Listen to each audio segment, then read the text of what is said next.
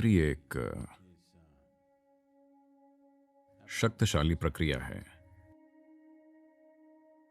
उसकी प्रकृति बहुत अलग है। ये कोई ऐसी चीज नहीं है जो पूरी तरह व्यक्ति की भीतरी या आध्यात्मिक उन्नति या उस आयाम की ओर केंद्रित हो। इसमें विभिन्न चीजें शामिल हैं। इसलिए आमतौर पर यह हर गृहस्थ को सिखाया जाता था ताकि कम केंद्रित लोगों को सेहत, खुशहाली और जीवन के दूसरे पहलुओं में थोड़ी मदद मिल सके। तो गायत्री मंत्र गंभीर आध्यात्मिक साधक के लिए जरूरी नहीं है। ये गृहस्थ के लिए ठीक है, जिसके लिए आध्यात्मिक प्रक्रिया उसके जीवन का एक पहलू है। ये एक संभावना है अगर इसकी सही दीक्षा दी जाए। हम आमतौर पर ये चीजें नहीं करते क्योंकि देवी को छोड़कर यहां आध्यात्मिक प्रक्रिया में रस्में बिल्कुल नहीं हैं। किसी प्रक्रिया को भीतरी बनाना थोड़ा अधिक जटिल और सूक्ष्म है, पर बाहरी प्रक्रियाओं से कहीं ज्यादा भरोसेमंद है। जब हम भीतरी आयाम रचने के लिए बाहरी प्रक्रिया का इस्तेमाल करते हैं तो ये प्रक्रिया काल और स्थान की एक सीमा में बंध जाती है। हम कुछ चीजें कर सकते हैं और कुछ चीजें नहीं कर सकते। आप 24 घंटे आध्यात्मिक रूप से ऑन नहीं रह सकते। अगर आप किसी बाहरी प्रक्रिया में शामिल हों तो इससे अच्छा पोषण मिलता है, पर उससे ज्यादा कुछ नहीं। यह एक अच्छी मदद है। मदद की बात करें तो मदद करने के कई दूसरे तरीके हैं। सबसे बढ़कर जिन्हें यहां दीक्षा मिली है उनकी मदद हम एक बिल्कुल अलग तरीके से करते हैं। उन्हें बस मदद मांगनी होती है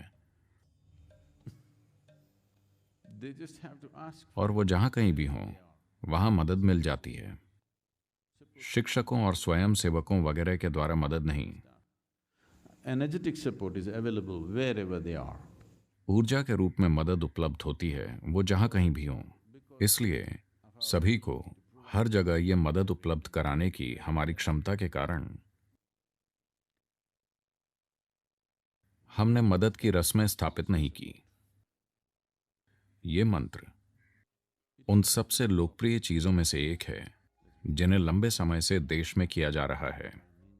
लंबे समय से मतलब है खास तौर पर पिछले 4000 सालों में। मुझे लगता है आदि शंकर के बाद से उन्होंने इसे बहुत ज्यादा प्रचलित किया, क्योंकि जब वो आए तो आम आबादी का एक तरह से पतन हो चुका था। इसलिए वो कुछ ऐसा सिखाना चाहते थे जो सभी के लिए हो।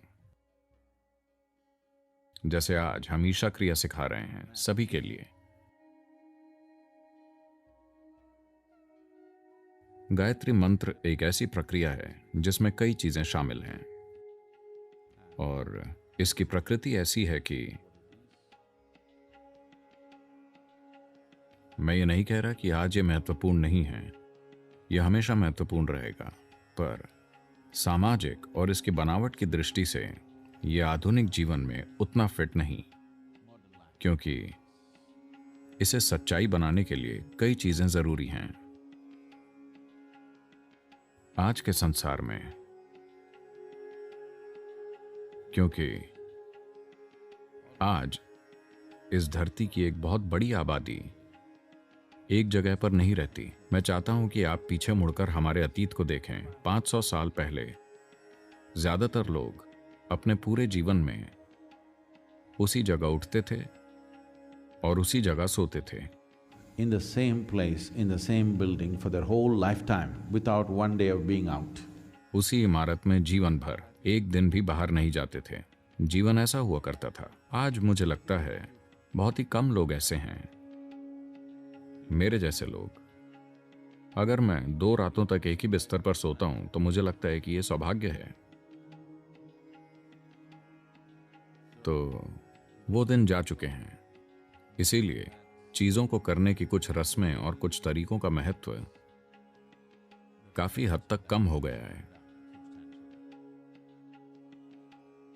मैं ये नहीं कह रहा कि मूल साधना का महत्व खत्म हो गया है, नहीं। लेकिन सामाजिक चीजें बदल गई हैं, परिस्थितियों में बदलाव आया है, इसलिए वो प्रक्रियाएं आसानी से नहीं की जा सकती। प्रक्रिया को भीतरी बनाना सबसे अच्छा है। भीतरी प्रक्रिया कहीं भी की जा सकती है।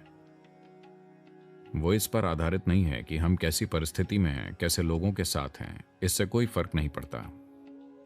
तो योग 100% भीतरी है।